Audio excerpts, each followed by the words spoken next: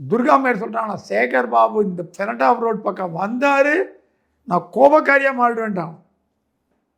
சேகர் பாபு முகம் இப்போ தெரியக்கூடாது. ஆனால் இன்டெலிஜென்ஸ் ஃபெயிலியர், ஐஏஎஸ் அதிகாரிகள் ஃபெயிலியர். உங்கள் செயலாளர் உங்கள்கிட்டேருந்து பத்திரிகை, நியூஸ் பேப்பர், யூடியூப்பு, டிவி எல்லாம் கண்ணை கட்டி விட்டாங்க. ஸ்டாலினை கண்ணை கட்டி காட்டில் ஒரு குதிரைக்கு லாயம் கட்டுவாங்க தெரியுமா, கண்ணில் கட்டுவாங்க தெரியுமா, அந்த மாதிரி அவங்க சொல்கிற இடத்துக்கு தான் போகணும். ஏங்க கலைஞர் 5 மணிக்கு எழுந்து 10 பேப்பர் படிப்பாருங்க, 7 மணிக்கு எனக்கு டோஸ் விடும். என்ன தப்பு தப்பாக எழுதுரு, என்ன தெரியுமா அவனுக்கு? பேப்பரை படிக்க விடாமல் தடுத்தீங்களே முதலமைச்சரை, அவருக்கு தான் இப்போ ஆபத்து காத்துட்ருக்கு.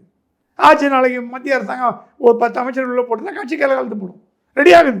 நேரு, பொன்முடி, அவன் இவன் எல்லாருமே, செந்தில் பாலாஜி எல்லாம் உள்ளே போகுது. இந்த ஒரு வேடிக்கை விளையாட்டை பாஜக நடத்துதானா? நடத்துது. ஆனால் பாஜக ரஜினிகாந்த் மேலே பயங்கர கோபத்தில் சொல்லி அமைச்சிட்டாங்க, எங்களுக்கு எதிராக செயல்பட ஆரம்பிச்சிட்டிங்களா, இருங்க உங்கள் மேட்டரில் நம்மக்கிட்ட நிறையா இருக்குது, எடுத்து விட்றோம்.